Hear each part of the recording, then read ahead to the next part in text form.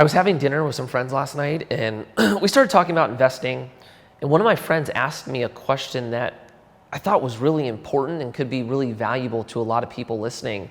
And his question was, what are some signs that I could be aware of when somebody's telling me about an investment that would be a red flag, or maybe an indicator that I would know that this is a risky investment? And so I wanted to share. I think first and foremost, if anyone ever tells you that it's a guaranteed return, that's a huge red flag.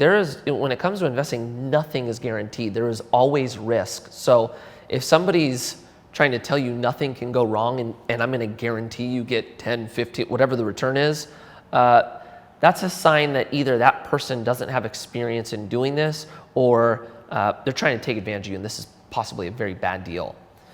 Second, and it kind of goes along with that, a lot of people, when they're telling you about deals, try to rush you into the deal. And they'll say things like, this round is closing in a week, or we closed our round, but like I still have a couple people I could sneak in, and they'll make you feel like they're doing you a favor by bringing you the opportunity, but you need to make the decision quick or you can't get in.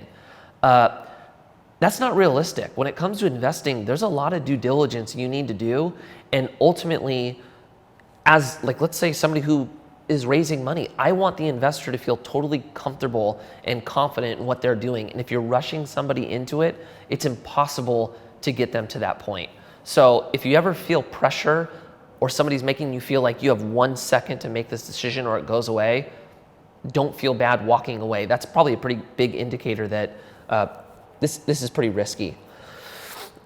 3, in talking about risk, be careful when the person pitching you doesn't talk about what your risks are.